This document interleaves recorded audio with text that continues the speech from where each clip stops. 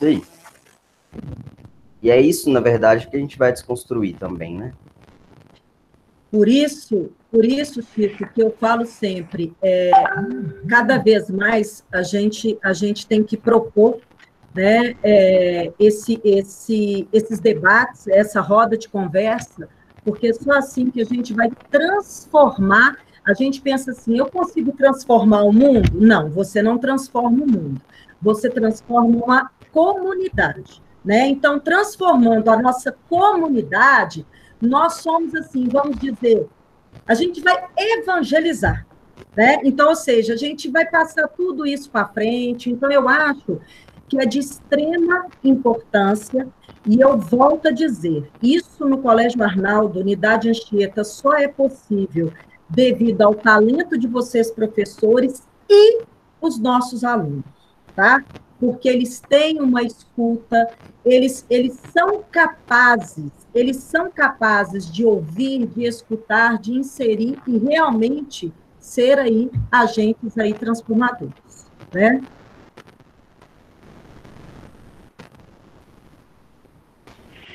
Pessoal, só uma explicação rápida. Eu tô na internet, tô com os meus dados aqui.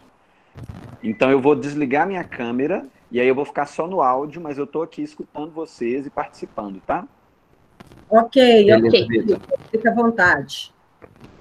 Eu coloquei essa... É só, na verdade, um slide muito simples, só com as perguntas que vão direcionar aqui a nossa conversa, para ajudar a gente a pensar, a refletir juntos. Mas eu acho essa frase, essa citação tão bonita, tão profunda, eu acho que é expressão da realidade. E eu queria compartilhar com vocês. Eu acredito que muitos já ouviram, conhecem, mas talvez nem todos conheçam. E aí eu trouxe aqui para a gente poder partilhar juntos. Alguém se habilita a ler? Vocês estão vendo aí, não estão? Vamos lá, tá na tela aqui. Eu leio. Então, por vamos favor. lá. Tá. Ninguém nasce odiando outra pessoa pela cor de sua pele, por sua origem ou ainda por sua religião. Para odiar, as pessoas precisam aprender. E, se podem aprender a odiar, podem ser ensinadas a amar. Nelson Mandela. Obrigada, minha querida. E aí? É uma roda de conversa. A gente está aqui para discutir tudo que for colocado. Eu, particularmente, sou apaixonada por essa citação. Eu acho que ela é maravilhosa, porque ela não abarca somente questões da raça, da cor, né?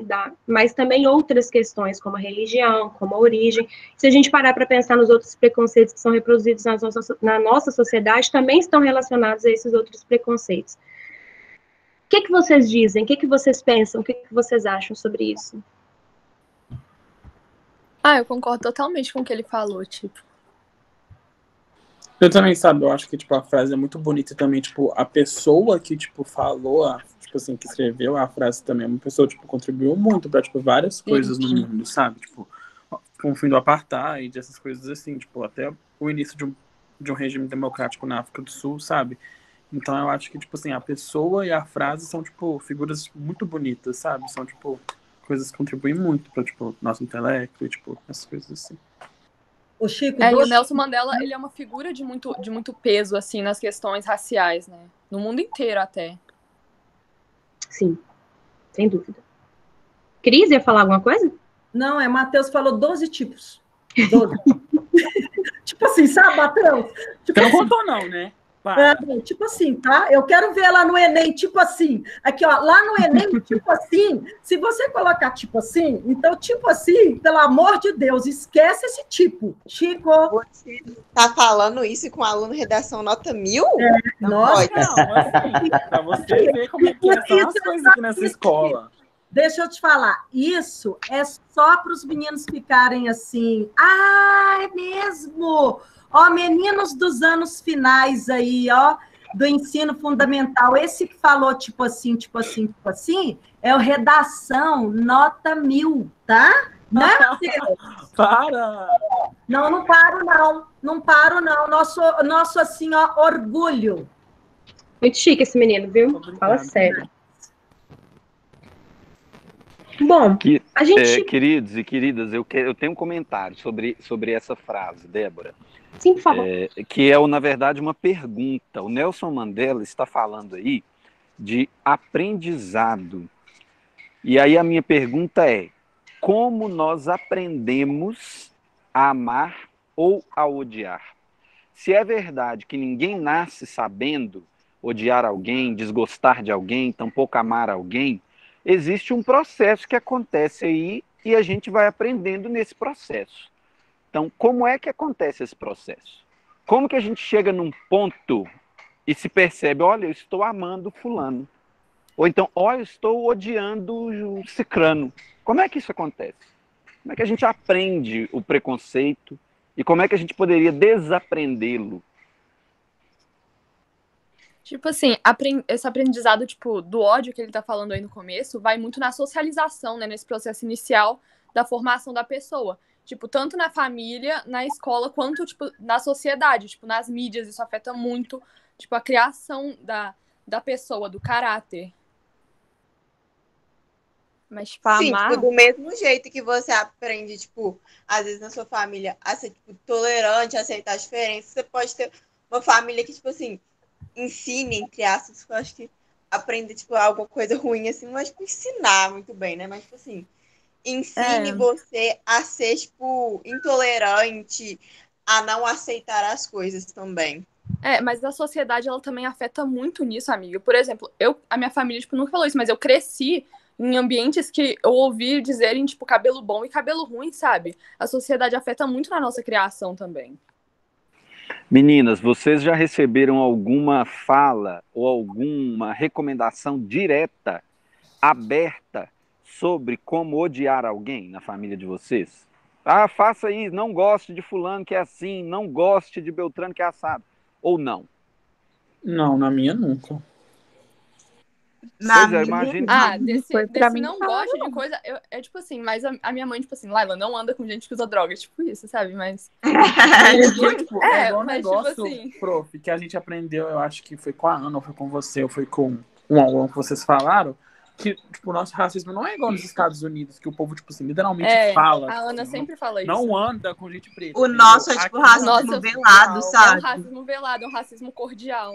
É aquele negócio, tipo assim, você tá andando na rua e, tipo, atravessar a rua só porque tem alguém, tipo, negro, sabe? Aí o uma meu coisa desafio para vocês se te perguntarem, você vai falar que você não é racista, mas você fala coisas racistas e age, tipo, como um racista, tipo, todos os dias, sabe? Mas você não se enxerga como uma pessoa racista. Então aí eu vou deixar 2 desafios para a gente continuar, a Débora seguir com os slides e a gente não perder isso também. Se nós não aprendemos de forma explícita esses mecanismos de amor e de ódio, onde é que eles estão? Então, é no processo de socialização? É num comentário que alguém faz? É num filme que a gente vê e a maioria dos personagens negros tem perfil X, os personagens indígenas têm perfil Y? É no apagamento, a gente não está vendo essas pessoas? Então, qual é o lugar em que esse aprendizado está acontecendo se ele não é explícito? E aí o outro desafio é como é que a gente faz para o outro aprendizado acontecer? O aprendizado do amor, do respeito, da tolerância, da companhia. Então não precisa responder não, fica com isso aí na cabeça e a gente vai comentando. Pessoal, até mandei aqui uma contribuição no chat, que é a teoria behaviorista do Watson. Os meninos da terceira série devem lembrar, que é um psicólogo que diz que todo comportamento é aprendido. E aí ele mostra como que a gente aprende a ter medo, como a gente aprende também os preconceitos, né, as violências. Então a gente aprende pelo que a gente vivencia, pelo que a gente experiencia. Também é uma teoria legal para sustentar aí essa discussão, né? A gente não, o papai e a mamãe não ensina essas coisas. É como o Vitor falou, acho que alguém da terceira série também comentou.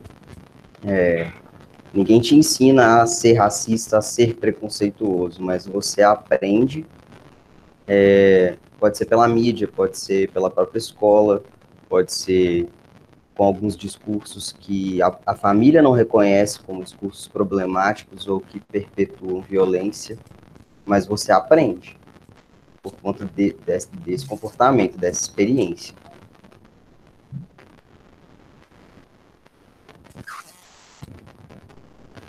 Posso ir para o próximo? Pode ficar à vontade, gente. Fiquem à Por favor, vontade, Debs. falem. Ok. A gente tem uma ô, temática. Sim. Rapidão, a Ana respondeu aqui, ela tá entrando, tá? Ai, que ótimo. Bacana. Aí quando ela entrar, você dá boas-vindas para ela, porque eu não tô vendo nada, tá? Nada de nada. Por favor. A gente pensou em dar um tema para essa roda de conversa, mas é uma roda de conversa, gente. É um norte, mas nós estamos aqui vivenciando a liberdade. Utilizemos a língua para a liberdade, para a discussão, no sentido que o negócio foi encaminhado. Mas aqui é para nos ajudar mesmo a pensar. Nós pensamos na temática linguagem, manifestação de empoderamento ou de opressão, que vai também no sentido do que eu tenho trabalhado com o 8º ano, de pensar a língua como um instrumento de libertação ou de opressão. E aí, pensamos em algumas questões aqui. A primeira delas seria: a língua é um instrumento de empoderamento ou de opressão em nossa sociedade? Fiz essa pergunta para os meus alunos do 8º ano. Semana passada a gente discutiu um pouco sobre isso, mas eu acredito que a gente possa ampliar. Escuto vocês. E aí, terceira série? Tá. Eu acho que pode ser dos dois, sabe? Dos dois, Tanto de empoderamento quanto de opressão. Eu também acho que pode ser dos dois. Mas, tipo assim, durante muito tempo ela foi usada muito pra, tipo, oprimir as pessoas. E hoje em dia, muita gente tá tendo lugar de fala, né? Tipo, muitas pessoas que não tinham, muitos grupos sociais estão tendo lugar de fala.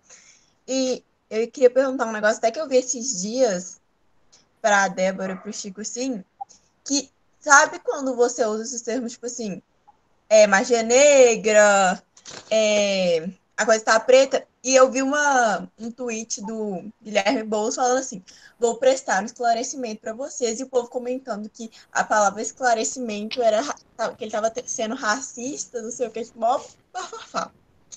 Aí, sei lá, eu não tive muita opinião sobre isso, não. Tipo, se a palavra esclarecimento e sobre esses termos, assim, se a gente tem que tirar da sociedade. Amiga, o Mega tinha visto um negócio, tipo, era tipo um documento da UFMG que eles tinham publicado com, tipo, vários termos que, tipo, foram criados em preceitos racistas, sabe? Tipo, criado mudo. Sim, eu vi isso do criado eu vi essas coisas. Tipo assim, mas a maioria dos termos era relacionado a, tipo, algo que remetesse, tipo, a negro e preto, não era? Denegrir também, tipo assim. Isso, denegrir, essas coisas assim. E eu tinha visto o negócio do Boulos, tipo, dele falando esclarecimento, e o povo, tipo assim, eu não sei se é esse tipo de povo racista que fala que resiste racismo reverso e tal, mas mega militando no Twitter falando que esclarecimento era uma palavra racista, que não sei o quê. Lele, a mesma lógica de esclarecimento é a mesma lógica de denegrir.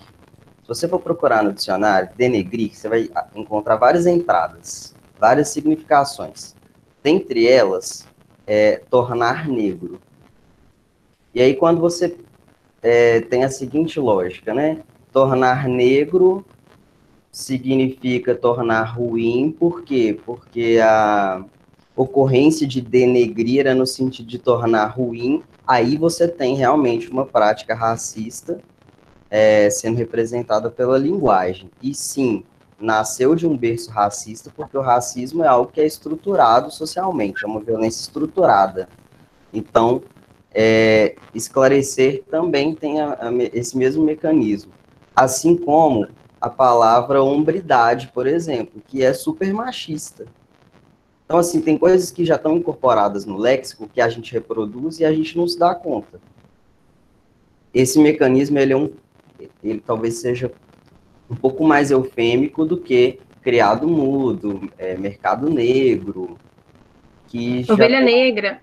Que já tem um outro mecanismo, assim, uma outra formação, mas que é tão racista quanto. Consegui explicar? Tem a expressão, né, quando a gente fala, a gente escuta muito, fulano denegriu a imagem de ciclano, né? Então, significa você falou mal daquela pessoa, né? Então, isso ocorre. E vem do tornar negro, tornar ruim. Então, de fato, é necessário que a gente substitua. Sabe aquele meme lá da Bela Gil? Você pode substituir isso aqui lá por lentilha. Você pode substituir denegrir por qualquer outra expressão que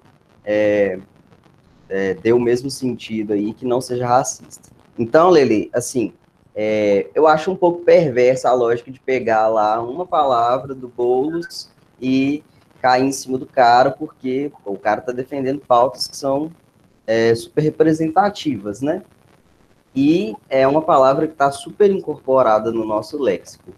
Talvez a manifestação poderia ter acontecido de uma forma mais humana mesmo, tipo assim, como um toque, sabe? Olha, você usou uma expressão racista, isso não é legal, acaba contrastando com tudo que você defende.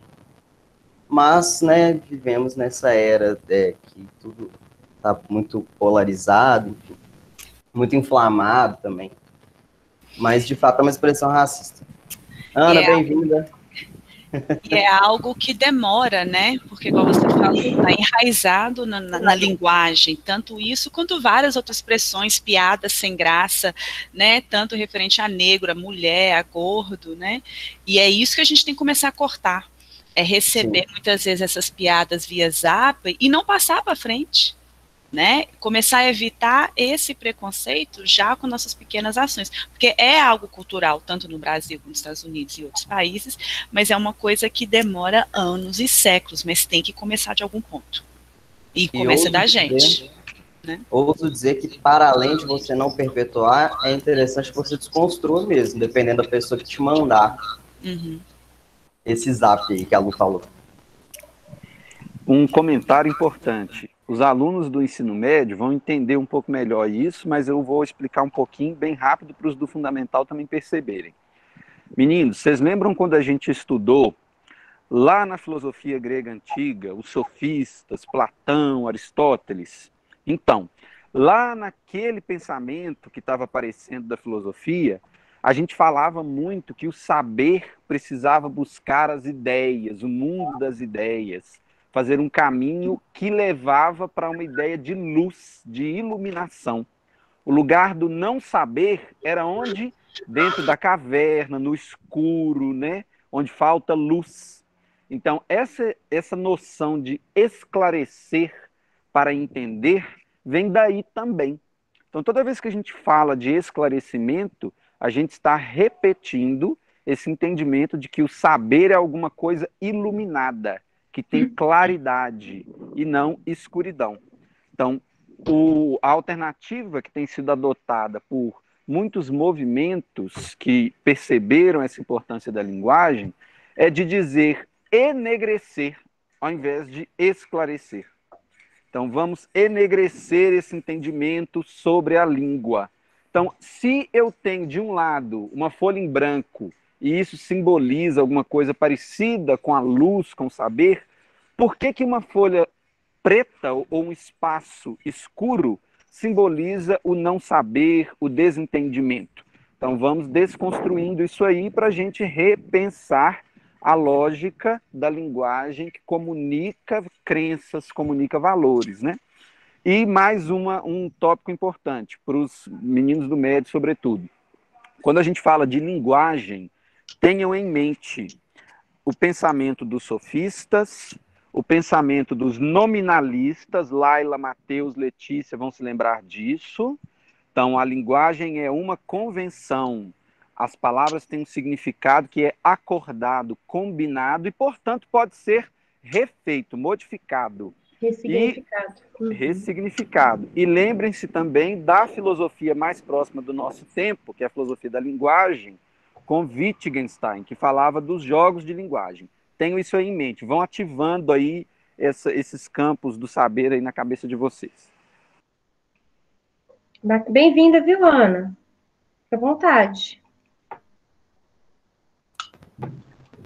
E o Vitor nos deu aí de presente um exemplo já de empoderamento, né? Sim, com certeza. Eu estava comentando com os meninos hoje no primeiro horário, fiz a oração com eles, né, que a Jana colocou na plataforma, e tinha um texto muito bonito, uma historinha, né? Muito bonita. Aí eu estava comentando com eles, eu falei, gente, eu tinha programado uma atividade de análise sintática, mas vamos bater um papo aqui sobre essa questão. É um assunto importante, devemos conversar, não sabia se eles iam poder participar com a gente, então aproveitei para conversar com eles sobre alguns desses termos que a gente utiliza comumente.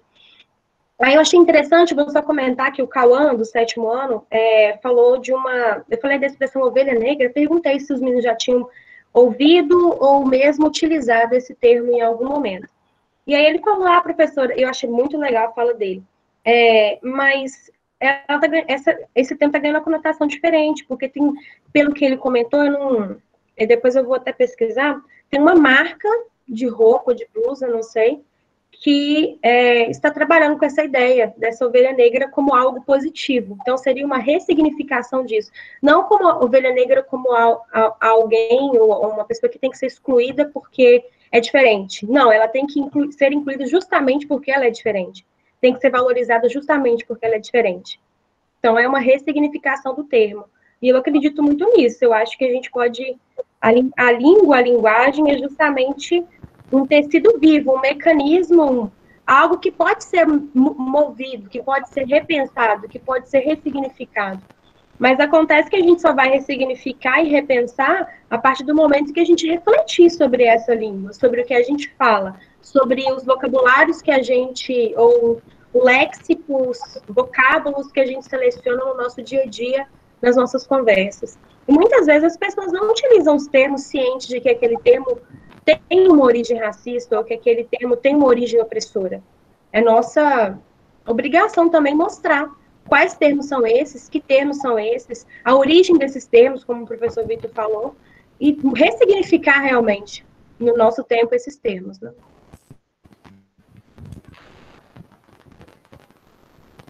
Ô, Debs, dentro desse processo de ressignificação, a gente tem termos mais comuns também, por exemplo, favelado, que você utiliza como forma de empoderamento agora, né? Um termo que foi muito pejorativo durante um bom tempo. Então, favelado, gordo, preto, isso tudo agora a gente usa como expressões para empoderamento mesmo, e não como símbolo de opressão, como... Enfim, depende do contexto, depende do lugar também de fala, de cada um. E aí, Lele, vou só fazer uma correção muito, muito breve. Você falou assim, agora essas pessoas têm lugar de fala. Lugar de fala todo mundo tem. Todo mundo tem um lugar de fala. Todo mundo tem um lugar social, entendeu? O que você precisa pensar é qual que é esse lugar, qual que é o lugar de fala daquela pessoa e tudo mais, que aquilo representa e tal, mas todo mundo tem um lugar de fala, tá? Acho que a gente usa muito essa expressão de forma muito equivocada, às vezes. Na quarta-feira, na aula com o 8º ano, eu estava falando com os meninos sobre essa questão do ser negro, né? Aí eu falei com os meninos que eu sou negra, né? Eu faço parte da população negra. Porque muitas vezes as pessoas têm a noção de que negro é o que tem a pele muito preta, mais preta, ou que a minha cor é parda, mas os pardos fazem parte, né, da população negra, nós somos negros. E aí uma aluna comentou, eu não me considero negra, porque eu não sinto que eu vivenciei a mesma opressão que eles, ou que eu sofro tanto quanto eles. Eu achei a fala interessante, porque ela percebe, nesse sentido, lugar de fala, que talvez ela não tenha o mesmo lugar, ou talvez o mesmo direito de se expressar como um outro que sofreu muito preconceito, ou que foi minorizado pela sua cor. Mas todos nós devemos e podemos assumir essa camisa, assumir essa bandeira, entender que somos negros, né? Quem é pardo, quem se autodeclara pardo, porque é algo pelo qual a gente tem que lutar, e mesmo aqueles que não fazem parte da população negra também, mesmo que talvez se sinta, não sinto que eu tenho esse lugar de falar ou de lutar como um negro, mas se todos nós não pensarmos que temos um lugar, uma posição que pode promover a mudança, como diz a Cris, ao menos na nossa comunidade, ao menos ao nosso entorno, as coisas nunca vão mudar, elas vão sempre continuar do mesmo jeito. Ô, Débora. Sim. sobre essa sua fala, queria fazer um comentário e pedir a opinião de vocês da área da linguagens, porque existe um debate no Brasil por dois sentidos, para vocês me esclarecerem aí como que vocês da linguagens olham essa questão, que é uma questão muito mais de ordem semântica. Primeiro, o IBGE trabalha com a categoria raça, e eu já ouvi discussões de romper com isso, como a raça somos todos, a raça é humana, né? Vamos trabalhar, então, com pertencimento étnico, qual seria aí a terminologia ideal. Outra coisa é a questão da distinção, como você mencionou em sua fala, do preto e do pardo. A gente vive em um país que é multiétnico, né? Multirracial, a nossa formação histórica é uma formação bastante peculiar, e o IBGE categoriza, né? É autodeclaração e é branco, preto, pardo, amarelo ou indígena. E aí a soma de preto, tanto que os pretos, eles não são a maioria, né? Aproximadamente 1/3 da nossa população no último censo declarou preta. Mas os negros, que é a soma de pretos e pardos, sim, são a maioria, mais da metade da população. E aí o que eu gostaria de ouvi-los, tanto em relação a essa questão de denominar raça e também de preto, se vocês fazem essa leitura como algo pejorativo ou não. Não, acho que preto não é pejorativo, é uma cor de pele, tipo, sabe? Não é pra ser ofensivo. Tem uma... Eu acho que as pessoas usam um pouco de forma ofensiva às vezes, sabe? Mas, tipo, eu não vejo como ofensivo, eu pessoalmente. Tipo assim, eu não tenho muito lugar, tipo assim, muito negócio de fala porque eu sou branca, né? Mas eu acompanho várias pessoas, tipo, no YouTube, Instagram, e elas falam que elas preferem ser chamadas de preta do que de negro, sabe? E, tipo, eu respeito mais isso, tipo, mais o que a galera que se encaixa no grupo de etnia, tipo, no grupo negro está falando. Então, tipo, se eles preferem ser chamados de preto e acham que deve ser desconstruída essa coisa pejorativa da palavra preto, eu sei lá, sabe? Tipo, prefiro não ver como pejorativo e utilizar da maneira que eles preferem. Ô, Ana, eu ia falar um pouco disso mesmo. Você perguntou enquanto profissional da área da linguagens, né? Mas antes de tudo, acho que a gente tem que pensar como que a negritude se sente mais representada, ou qual que é a expressão, o vocábulo mais adequado para dar conta dessa etnia, né? Então, assim, antes de pensar em todo esse processo da linguagens e tudo mais, a gente tem que pensar nisso, que a Laila falou. Agora, em relação a palavra preto, eu acho que ela já sofreu esse processo de ressignificação.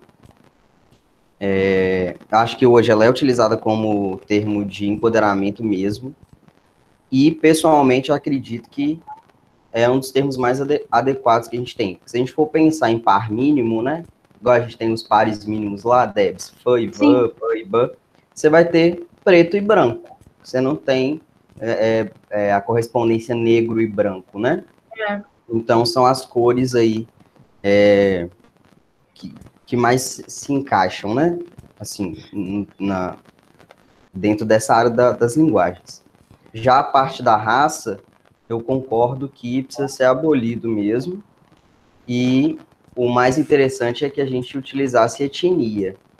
Mas, assim, não é um negócio que a gente consegue mudar rapidinho, né? Leva um tempo, é processual. Então, até conseguir essa modificação, desconstruir toda essa simbologia da raça e a ocorrência da palavra na própria Constituição, na Declaração Universal dos Direitos do Homem e do Cidadão, enfim, a gente tem uma série de documentos que utilizam desse termo, né? Sim. Então, vai demorar um pouco. Mas seria muitíssimo mais interessante que a gente utilizasse etnia. Sim. Em relação a o preto, que você considera que já passou por esse processo de ressignificação, eu acho que talvez o próximo censo, né, que deveria ter sido realizado este ano e foi adiado em função da pandemia, traga um reflexo, porque 10 anos, sobretudo em uma democracia muito imatura como é a nossa, acaba representando muita coisa, né, nas transformações socioculturais. Porque talvez até a baixa autodeclaração do indivíduo como preto reflita isso, ele não querer, porque ele entende como algo pejorativo. Ele não se identifica com aquilo, com o termo. Ana, é porque a gente tem esse processo de embranquecimento mesmo. A leitura social que a galera faz é de o tempo todo tentar embranquecer. Então você vê as pessoas, né, falando, fulano é menos negro, não é tão negro assim. Que é bizarro, né? É outra prática racista que as pessoas não percebem o quão racista é.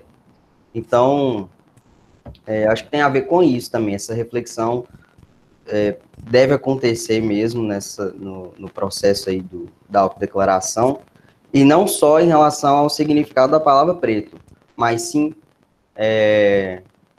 da leitura social, de como que você se identifica, entendeu? Porque esse processo de embranquecimento rola mesmo. As terminologias, né? Moreno, mulata, que acho que a gente vai falar daqui a pouquinho, né, Debs? Mas tem tudo a ver com isso, com essa leitura social aí. Queria comentar. Ana, há um tempo atrás, eu gosto muito de acompanhar o canal dele, né, Prazer Karnal no YouTube, e ele sempre faz entrevistas semanais com outros pensadores, ou pessoas de outras áreas, gente do cinema, gente das artes, enfim, em geral. E ele convidou a Djamila Ribeiro para uma conversa sobre o racismo estrutural e tal. E eles estavam justamente conversando sobre essas terminologias. E aí ela estava falando justamente sobre o uso do preto, né, do termo preto, né?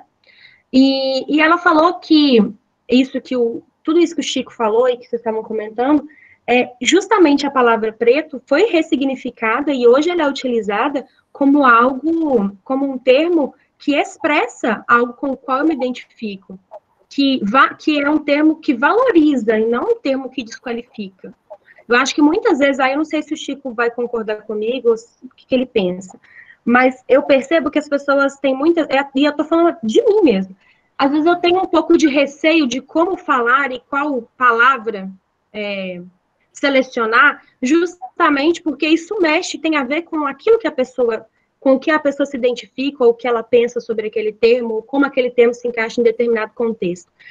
Todas as vezes que a gente fala de utilização de vocábulos, ou mesmo de um vocabulário mais formal ou informal, a gente sempre pensa naquilo que é mais adequado ao contexto. Como professores, enfim, de língua portuguesa, a gente pensa o que é mais apropriado para aquele contexto. Muitas vezes, por exemplo, uma roda de conversa como essa, a gente tem pessoas de várias etnias que se identificam com coisas diferentes. É difícil, às vezes, selecionar um termo, porque a gente não sabe como o outro vai recepcionar esse termo. O contexto, muitas vezes, é abrangente demais para a gente saber se o termo vai ser bem recebido por todos ou não. Mas pensando na palavra, né, e pensando na conversa entre esses dois pensadores, o Karnal e Djamila Ribeiro, eu tenho menos receio hoje de utilizar a palavra preto, porque ela foi ressignificada nesse sentido de algo, como diz o Chico, daquilo que empodera. Mas eu realmente acho que as pessoas têm receio de utilizar certos termos e de como utilizá-los em determinados contextos, pelo medo de ferir alguém, e ao invés de valorizar, ferir. Eu acho que é mais nesse sentido, que às vezes a gente fica com um pouco o pé atrás de utilizar, e eu digo isso até por mim mesmo. Ô Debs, eu não tinha tanto medo assim, eu passei a ter, depois que, num momento muito parecido com esse, eu me referi a uma pessoa para exemplificar como uma pessoa preta, e essa pessoa não se identificava como preta. Então, assim, não é nem a questão só do termo, é uma questão mesmo de identificação e de leitura, aquilo que eu estava falando. Então, olha que problemático que é isso. Eu fiquei numa situação que eu não sabia o que fazer. Eu já estava rezando ali para Deus mandar uma luz, como que eu vou fazer para desembolar isso aqui, né? E aí, mas só depois eu fui refletir, tipo, como que isso é realmente muito delicado, né? A pessoa não está se identificando e eu estou classificando ali em alguma paleta de cores. É muito difícil. Onde está o problema? Em mim ou o que a sociedade construiu ali, né? Nas vivências ali daquela pessoa, que para ela é melhor não ser preta, melhor não ser negra, vou ser qualquer outra manifestação étnica aqui diferente dessa, porque ser assim não é bom. Né? Eu acredito que seja esse mecanismo. Eu não lembro de. Aí você me fala se você já leu alguma coisa nesse sentido, Chico. Eu não me recordo de todos os textos teóricos que eu já li da nossa área. Eu já, obviamente, você já deve ter tido contato também com textos que trabalhassem nesse sentido, né, de pensar linguisticamente alguns termos que são opressores e tal. Mas eu nunca li um texto em que tivesse lá explicitamente o que seria o mais correto ou o mais adequado dentro da língua portuguesa para estabelecer esses parâmetros. Porque não acho que dá para fazer isso, né? Depende de fato, e é o que a gente sempre bate a tecla na língua portuguesa, que é o contexto que manda. É o contexto que vai determinar o que é mais adequado, o que não é adequado. Mas quando você fala de convenções sociais, como por exemplo, que você tem que... Porque para você fazer um censo, você tem que estabelecer lá, né, palavras que vão determinar. Mas isso é tão difícil, como o Chico falou, como que a gente vai se encaixar? Muitas vezes eu não me identifico. Então, eu acho que é difícil na linguagem estabelecer um parâmetro de como deve ser dito, ou o que é mais certo, ou o que é mais errado. Eu realmente acho que tem a ver com o contexto. E como que a pessoa a qual eu me refiro vai receber aquilo. E determinar isso é difícil. Como o Chico colocou aí, ele experienciou isso. Como determinar, né? O que é o mais adequado ou menos adequado. Rapidinho, Vitor.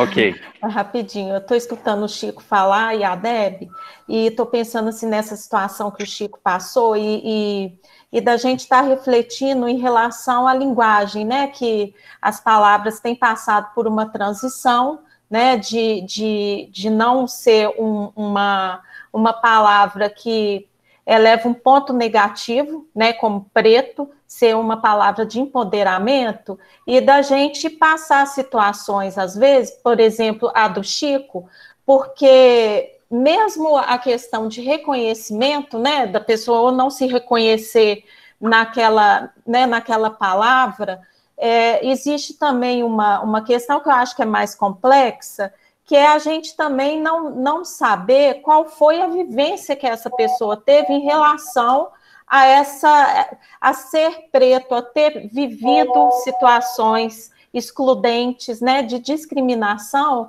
que machucam, né, e que realmente, assim, a gente falar essa palavra ofende não por ser preto, mas por tudo que isso significou na vida daquela pessoa. Isso é impossível às vezes, né? A gente, né, dá naquela primeira contato, igual o Chico pensou, o que eu faço? Porque às vezes a gente não conhece a história das pessoas. É isso. Agora, sempre que eu vou tratar da temática, eu tenho que cuidar de perguntar quem se identifica como uma pessoa preta. Agora eu sempre faço isso.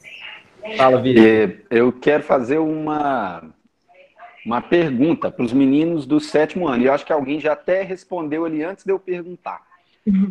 A gente usou aqui, na fala do Chico, na fala da Débora, da Andréia, da Ana, a gente usou algumas expressões, alguns termos, que são conceitos um pouco mais específicos dessa área, né? Então, a gente falou de lugar de fala, raça, etnia. Então, eu queria saber se os meninos do 7º ano, também os outros alunos que já são mais velhos, o que vocês estão entendendo disso? Então, quando o Chico fala assim, todo mundo tem um lugar de fala. Que negócio é esse de lugar de fala? Vocês sabem, vocês têm um lugar de fala? Vocês aí do fundamental, vocês sabem o que é isso? Então, quando o Chico fala assim, raça, etnia, é melhor adotar um termo, melhor usar raça, melhor usar etnia. Vocês conseguem entender o que é raça, o que é etnia? Por que o professor está falando desses dois nomes para uma mesma coisa, que é a cor de pele de alguém? Então, o que vocês estão entendendo disso? Eu gostaria de ouvi-los. Pessoal aí do 7º, se tem mais alguém do fundamental, da primeira série também. Como é que está isso aí na cabeça de vocês? Se vocês não estão entendendo, perguntem. Por favor. 9º ano também que chegou aí. E não é só falar, estou vendo que tem uns falando, eu entendo, eu sei o que é. Eu gostaria que algum de vocês abrisse o microfone e explicasse. Falasse assim, o lugar de fala para mim é... Raça para mim é... Etnia para mim é... Faz isso aí, por favor. Eu posso falar? Por favor, Liu. Para mim, o lugar de fala é o direito de falar sobre um assunto, mas não necessariamente você pode falar o certo do assunto. Por exemplo, no feminismo, o homem tem um lugar de fala para poder falar, tipo, sobre o feminismo. Só que tem que estar do lado certo, tipo, falar do jeito que ele sabe. Porque, por exemplo, não é um lugar de fala se o homem começar a falar que o feminismo quer deixar a mulher melhor que o homem, ou alguma coisa assim. Porque ele está falando uma teoria falsa. E não é um significado real. Mas quando, por exemplo, o homem sabe toda a coisa do feminismo, ele consegue sim ter um lugar de fala para falar sobre o assunto. Não necessariamente ele precisa saber totalmente. Ele é bom você saber totalmente, mas é porque é assim que o lugar de fala funciona. Se você for uma vítima de estupro, você tem lugar de fala para falar sobre esse assunto, porque você já sofreu isso. Mas você também pode não ter sido e saber sobre o assunto. É mais ou menos isso, deve ter ficado confuso. Em relação à pergunta de raça, eu acredito que é bem errado você dividir uma população em raças diferentes, sendo que todos nós somos diferentes, todos nós somos, entre aspas, únicos, a gente não tem. Tipo, cada um tem um jeito de viver diferente do outro, mesmo que as famílias sempre sigam o mesmo padrão. Meio que dividir as pessoas entre raças, eu acho meio errado, mas eu acredito que cada pessoa na sociedade é importante, então, mesmo que tudo aconteça, eu acho que tem que valorizar essa vida dessa pessoa e respeitar, e se for referir a ela, utilizar os pronomes e coisas que as pessoas se sintam bem utilizando, sabe? E lugar de fala, acredito que é meio que a Liuana falou. Basicamente, se uma pessoa conhece muito do assunto, ela tem um lugar de fala, mas ela tem um lugar de fala, ela não pode diminuir a dor de uma pessoa que tenha passado por aquilo. E essa é uma grande questão do lugar de fala. Basicamente, as pessoas têm que aprender que se você não passou por aquilo, você não pode diminuir a dor daquela pessoa. Você pode falar, eu entendo, olha, me desculpa, vai ficar tudo bem. Você pode fazer isso, mas você não pode falar para ela que doeu menos ou que não é importante o que ela passou e que não foi assim. E eu acredito que é isso. Só completando, ei, gente, acabei de chegar aqui agora, tô gostando de participar disso. Bem-vinda, Luz. Oi, Ludmila. Obrigada. Mais uma filha minha, viu, gente? Vocês estão vendo aí, ó. Mais uma filha. Aninha, cadê a minha? Mais uma filha, viu, né, gente? Quanto de filho que eu tenho aqui, vocês estão vendo? Cris é mãe de todos nós. A Lud é a caçulinha da turma. A Lud é a caçulinha dos meus filhos. Sou mesmo, viu, Ana? Mas só completando, gente, o que a Isa estava comentando, dentro da parte biológica, a gente não pode classificar a espécie humana em raças. Nós não temos raças, somos uma única espécie. Lembram-se disso? Na nossa evolução já houveram outros hominídeos, já houveram outras homínidos, né? Mas a nossa espécie atual, biológica, é uma espécie única, sem variações de raças. Então, a gente classificar como raça não está de acordo com os conceitos biológicos, né? Lembrar disso, tá bom? E aí, um complemento para a gente entender melhor essa questão da raça e da etnia, como a Lud falou, né? A classificação de raças dentro da espécie humana, ela não é hoje, nesse momento da história, ela não é biológica, ela não tem origem biológica. Então, a Ana também já falou disso, né, no aulão que a gente teve. A nossa classificação atual em raças é uma questão social e cultural. Tem a ver com a história que formou os grupos humanos, que distribuiu esses grupos em territórios específicos, que tratou esses grupos de formas específicas e diferentes com base em alguma característica biológica. Mas, como a Ludmila disse, a raça mesma é uma só. Nós continuamos adotando essa divisão por uma questão cultural, por uma questão de identificação antropológica. Então, quando a gente fala de raça, a gente está falando de cor, basicamente. Então, eu, Vitor, sou um homem negro. Eu faço parte da raça negra, que é uma definição sociológica e cultural. Biologicamente, sou um ser humano como todos os outros. A etnia leva em conta alguns outros aspectos além da cor.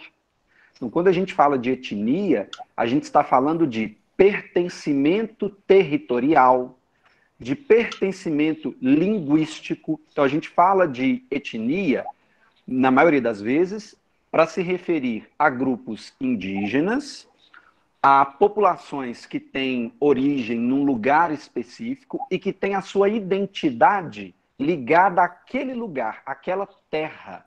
Então, populações quilombolas, alguns grupos de nações originárias de tantos lugares, além da África, do Congo, da Nigéria, da Ásia, da China, das Américas, da América do Norte, dos Estados Unidos. Então, quando a gente fala de etnia, a gente está falando de uma identidade que é formada não só com a cor da pele, com os traços, com o formato do rosto, do corpo, do cabelo, mas também de um pertencimento territorial, linguístico, religioso. Então, por isso a diferença entre raça e etnia. Quando os indígenas se definem, falam, comunicam de onde eles são, eles dizem: eu sou da etnia Xacriabá, eu sou da etnia da nação Xerente, eu sou da nação outra qualquer, tantas que existem, não lembrei mais nenhuma agora. Mas esses nomes, eles servem para isso. Então, falar de um pertencimento cultural, de um pertencimento territorial, de um pertencimento linguístico. É por isso que eu vou discordar do Chico. Eu não acho que a gente deva simplesmente pensar numa substituição do termo raça, porque ele não abarca tudo, assim como etnia também não abarca tudo. Então, eu não tenho uma etnia própria, mas eu pertenço a uma raça, que é a raça negra. Porque na minha identificação como grupo, na minha identificação como pessoa parte de uma cultura, o território não é um elemento. Eu sou brasileiro, belo-horizontino. Então, o território não constitui a formação da minha identidade negra. Seria diferente se eu fosse quilombola. Porque o quilombola tem uma percepção de pertencimento do território. É por isso que no Brasil hoje existem leis que indicam a necessidade de demarcar territórios indígenas e quilombolas. Para esses povos, o ser deles está ligado à terra onde eles pisam. Não é o nosso caso, né? E o lugar de fala, entendi muito bem, achei bacana a explicação dos meninos. Eu percebi que vocês estão entendendo o assunto aí e entrando com tudo. E se isso é 7º ano, eu, Cristiano, eu já estou aqui pensando como é que eu vou arrumar quando esses meninos estiverem no ensino médio. Eu vou precisar ler mais uns 40 livros, fazer mais uns 10 cursos daqui até lá. Então, Vitor, foi exatamente, né, perante essas ilustrações aí, esses exemplos que nós tivemos, que eu disse lá no início, né, fazemos isso daqui, né, estamos propiciando um momento igual a esse, porque nós temos vocês, professores talentosos, né, juntamente com os nossos alunos, né, que são capazes, eles fazem parte dessa transformação, né, vamos dizer que eles são os protagonistas, que assim seja, não é isso? Então, maravilha! Então, você pode ter certeza que, assim, nós teremos que estudar muito, debruçar muito em tudo isso, né, para que a gente consiga aí atender aos nossos alunos, porque realmente são, assim, show de bola. Ô, Chico, Vitor. deixa eu te fazer uma pergunta. Você que tem uma intimidade aí com o Machadão, como diz você, né? Só ele é muito íntimo, sabe, gente, do Machado de Assis, você que refere a Machado de Assis, né, Debs? Porque o Machadão, eu só fico ouvindo isso. Eu ouvindo vocês aqui, me veio uma dúvida. O Machado de Assis negro, não é isso? Sim, e sofreu também esse processo de embranquecimento Pois nas representações, né? Isso tão pouco falado, né? Sim. Isso tão, na verdade... E não só com ele, né? Mas eu vejo assim, isso, na verdade, isso na minha concepção, as coisas que eu leio e tudo mais, a gente vê até uma omissão mesmo em relação a tudo isso, né? Por tudo isso que ele passou e tudo mais, a gente não tem isso tão claro assim. Sim.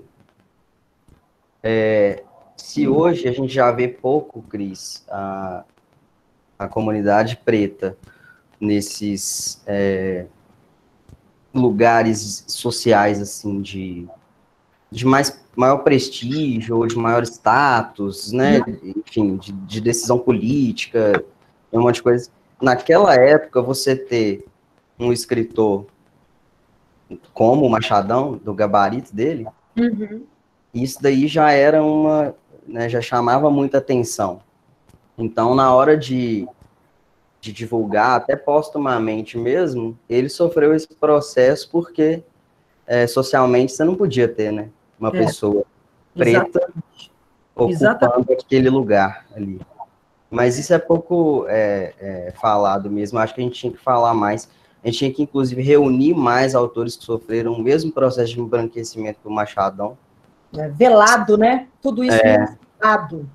Sim. É isso que eu estava pensando aqui, Chico. Dá uma linha de pesquisa interessante, né? Pensando nisso aí. Já até anotei aqui que eu vou procurar mais. Então, isso que eu ia falar, se não me engano, a Conceição Evaristo já trabalhou algo parecido. Ué, a Conceição tem que procurar, ótima, né? Assim.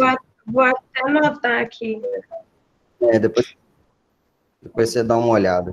E não foi só com relação à cor de pele, não, sabe, Cris? Ele teve os traços também afinados nas representações estéticas que a gente tem do Machado.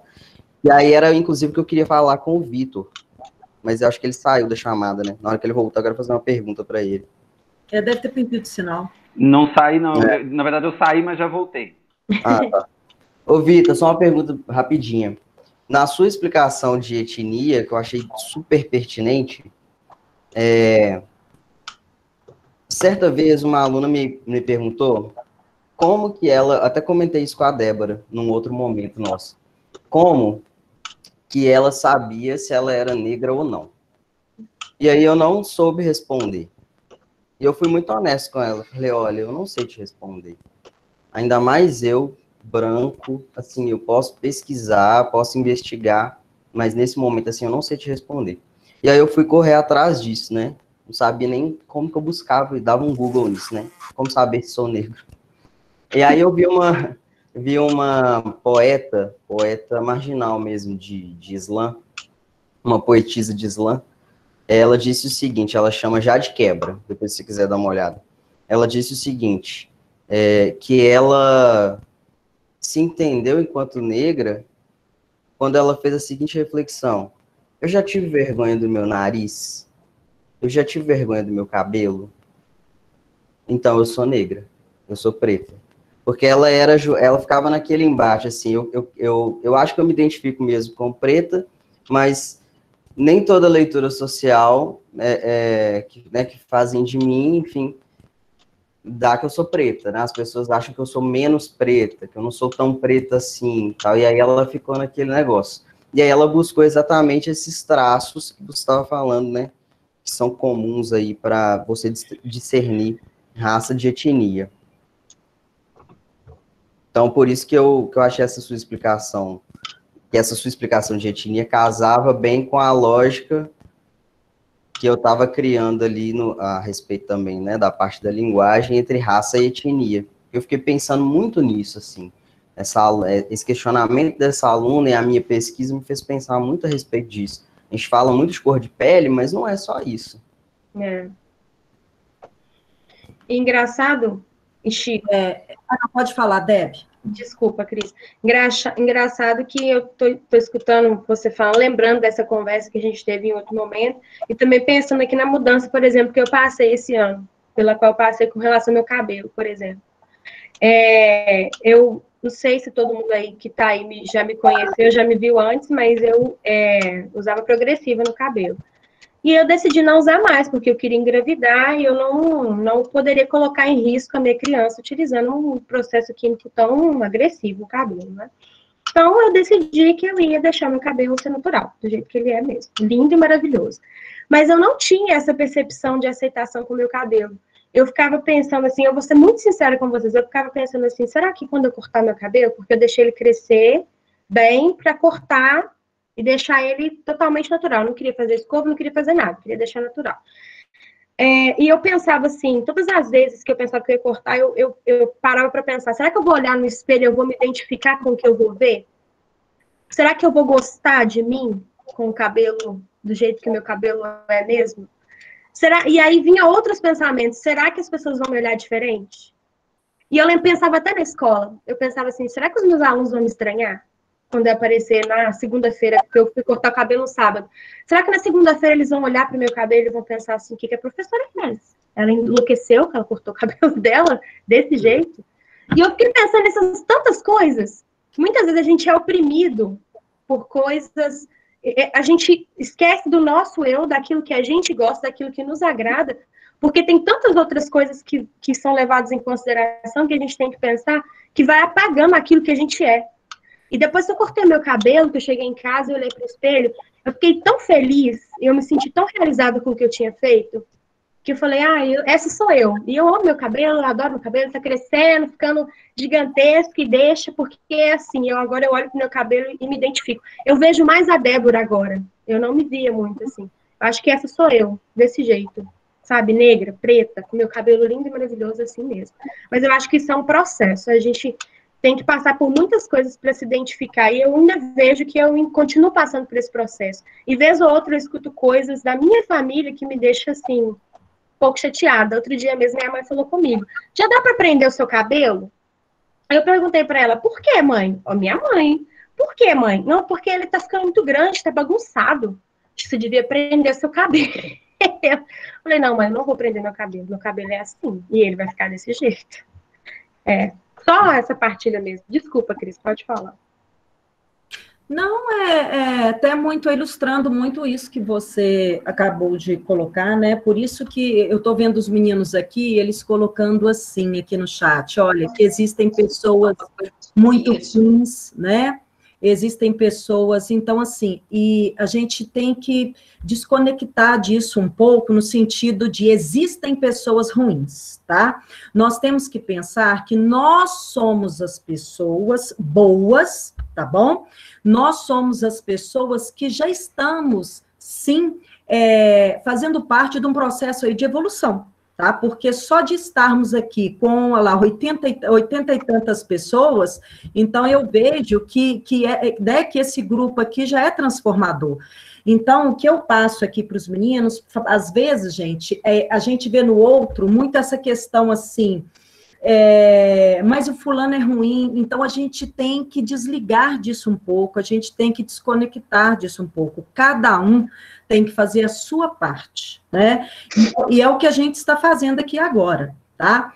Então, eu fico muito preocupada com isso, porque isso entristece a gente, né? Então, pode entristecer, mas não ao ponto de nos abalar, tá bom? Então, é isso que eu queria colocar aqui. Autenticidade, né? Eu falo assim, eu posso dizer muito essa palavra, autenticidade, firmeza, né? Porque vocês sabem que, né, eu, particularmente, não sou uma pessoa que preocupo muito com o que os outros pensam e tudo mais. Então, sou uma pessoa muito autêntica, sim, né?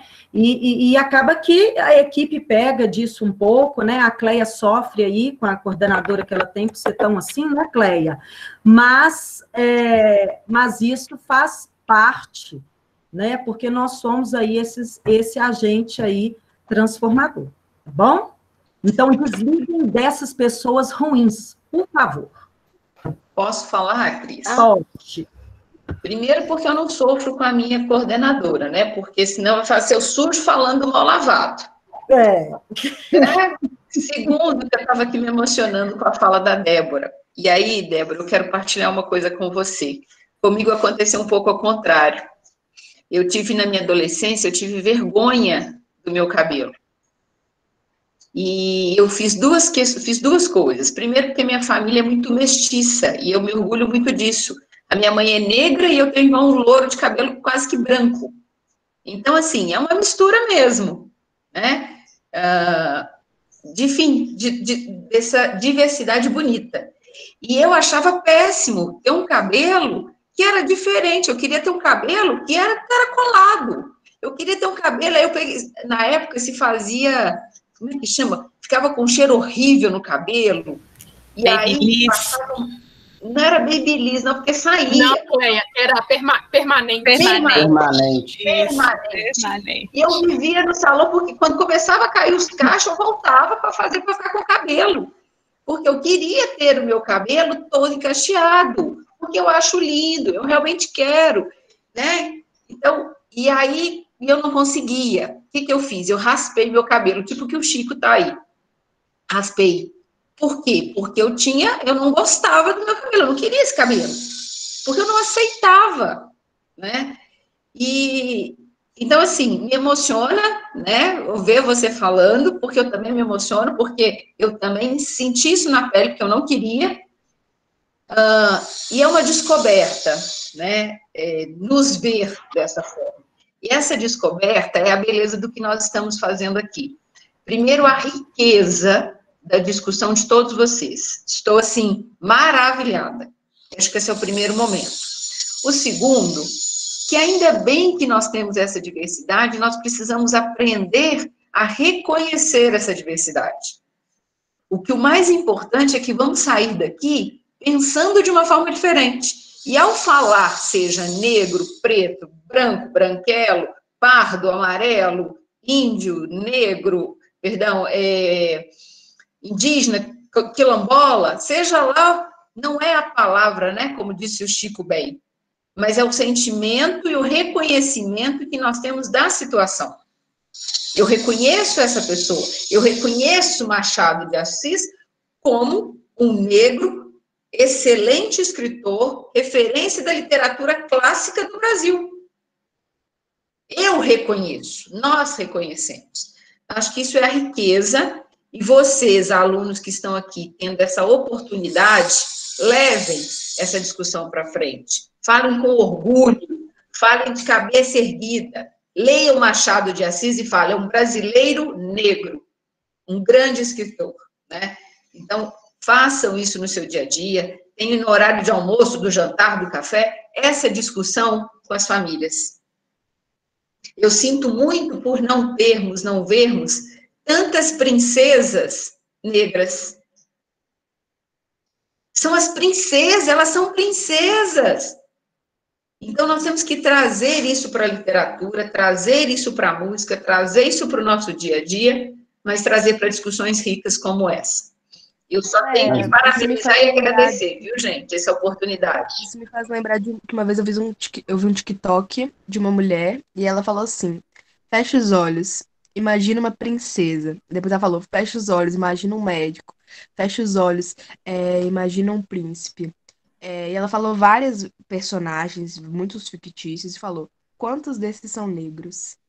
E aí muita gente falou nos comentários que a maioria que eles pensaram eram brancos, ou pessoas falaram que todos foram brancos, e às vezes muitos foram sem intenção, foi porque, tipo, ela falou personagens fictícios e muitos pensaram, sei lá, na Bela, de Bela e a Fera, na Bela Adormecida, enfim. E aí ela falou isso com o objetivo de fazer o público dela pensar, e muita gente falou que era muito estranho, muitos falaram que isso era mais por causa da mídia, porque antigamente também as princesas, maioria, ou em grande parte, eram brancas. E eu não lembro ao certo, mas eu acho que a única negra que tem, por exemplo, da Disney, é a de Princesa e o Sapo. Eu não lembro ao certo, mas ela Que veio é muito depois das outras. Ela É, nem e é ela uma das nem é dos tão clássicos. negra, ela não é tão preta assim, né? Ela, por exemplo, ainda tem o cabelo liso, é só a pele mais escura, ela é só mais parda, assim. Ela nem é uma dos clássicos também, então É. isso faz pensar Mas muito que assim, a antigamente Disney, eles não ela usavam. ajudou muito, foi mais com o movimento feminista. Eu acho que ainda falta muita representatividade, tipo, nesse movimento negro, sabe? Também. Eu vou fazer uma pergunta e talvez a Lud vai poder ajudar, tá? Quem de nós realmente é branco, quem de nós realmente é negro? Quando a gente faz o DNA. Pois era isso que eu ia falar. Né? Acho que foi meio Que nosso errado. DNA, aí a Lud de novo, vocês sabiam que o DNA do ser humano, ele é mais próximo do DNA do milho? E aí? Nós somos tão melhor ou tão importantes assim? Essa é a discussão, essa é a riqueza dessa beleza. Né? Então, não é porque a princesa é mais ou menos assim. Vamos trazer a princesa negra, vamos trazer a princesa que existe dentro de nós. A princesa que nós queremos ser, o príncipe que queremos ser. E a beleza que nós carregamos. Exatamente. Se a gente faz uma análise, existem hoje em dia até empresas que fazem isso, né? Uma análise genética do nosso próprio DNA para encontrar as nossas etnias, né? Tem até já nem sei se estou usando certo, né, Vitor? Eu denominar etnia, né? Mas existe até um vídeo de uma empresa divulgando o trabalho deles, mas mostrando exatamente isso. A gente muitas vezes se identifica apenas com ou o lugar onde eu vivo ou com as minhas características físicas. E, na verdade, para você gerar preconceito diante disso é completamente infundado. Porque se a gente pegar biologicamente e for ver, a gente tem uma variedade enorme de outros locais, de outras características. E dentro da biologia, isso é o mais correto. Quanto maior a nossa variabilidade genética, maior as chances da gente ter características benéficas para a gente sobreviver. Então, quanto mais viva a diversidade, quanto mais diversidade genética, melhor para, biologicamente, a espécie humana. E convenhamos, gente, socialmente, quanto maior a diversidade, melhor também. Todos nós somos seres únicos. E se a gente diversifica a sociedade, os costumes, os prazeres e gostos por música, por teatro, por que quer que seja, tipos de leitura, quanto mais mente pensantes e mais oportunidades para a gente conhecer, melhor a gente vai se identificando mais. O que não se deve ter, sob hipótese nenhuma, é falta de respeito. A gente tem que compreender o outro como, sim, diferente de mim, gosta diferente de mim, fisicamente diferente de mim, mora num lugar diferente do meu, mas é um ser digno de respeito como todos os outros do planeta. Isso é muito importante. E só um comentário que, enquanto a Debbie estava falando do cabelo dela, é muito interessante, porque na hora que a Cleia falou do dela, eu também passei por esse problema, né? Minha família, minha irmã, minhas primas tinham aqueles cabelos enormes, aneladão. E eu era a única com cabelo liso e esminguadinho. Então, eu era doida para ele anelar. Aquele sentimento de querer pertencer, né? De querer ser igual aos que estão perto de mim. Mas, enfim, é muito interessante porque quando eu assisti, tem um filme agora, tem pouco tempo que ele foi lançado na Netflix, acho que é uma produção própria da Netflix, já esqueci o nome de novo, eu só peço para guardar o nome, peraí. Felicidade por um Fio. Felicidade por um Fio, exato. E eu fui assistir e o filme fala exatamente disso. Uma mulher que desde pequenininha a mãe dela ensinou que ela tem que alisar o cabelo. Ela é de uma família negra, fazia parte de uma alta sociedade americana, mas para ela ser incluída, o cabelo tinha que ser liso. E a história vai se desenrolando naquele drama sem fim dela com o cabelo, para ela se sentir bem, e a partir do momento que ela resolve raspar a cabeça e assumir o cabelo natural. E é muito interessante porque eu posso agora dizer, né, Debbie, você deu sua experiência como preta, que tem o cabelo querendo aceitar o cabelo natural, eu dou a visão ao contrário. Eu não passei por esse problema de ter que aceitar o meu cabelo tão fortemente. E assistir o filme, para mim, é muito enriquecedor. Porque uma coisa é você ouvir, né? Na teoria a gente escuta. Outra coisa é um filme que é envolvente, que mostra pra gente como é que, ao longo do filme, as próprias pessoas que convivem com ela mesma, essa transformação de aceitar. E uma coisa que a gente acha que é tão pequena, é só cabelo, né? É um filme muito enriquecedor. Acho que valeria a pena todos vocês darem uma assistida, se possível. Tá bom? Eu queria fazer uma pergunta para o Chico, Deb, Vitor, Ana, aí, quem quiser me responder. Qual o que vocês acham da relação que a mídia tem, né, Deb, você contando sua história? Assim, eu acredito que tem positivas, mas a mídia ainda impõe muitos padrões, né, para a sociedade seguir. Eu acho importante aí os adolescentes, né, os jovens escutarem, porque é uma questão que a gente deveria refletir agora, né, de que tem comportamentos que são repetidos, e a mídia é silenciosa às vezes, né, ou através do cinema, dos seriados, de colocar um padrão do que a gente, né, de como a gente deveria se comportar, se enxergar, e o que a gente vai mostrar, o que eu vou mostrar, como eu vou mostrar. Quer dizer, a Deb contou aí muito lindamente um conflito, né, de situações até ela gostar realmente do cabelo dela, da forma que é o cabelo dela, e eu queria escutar de vocês em relação à questão da mídia.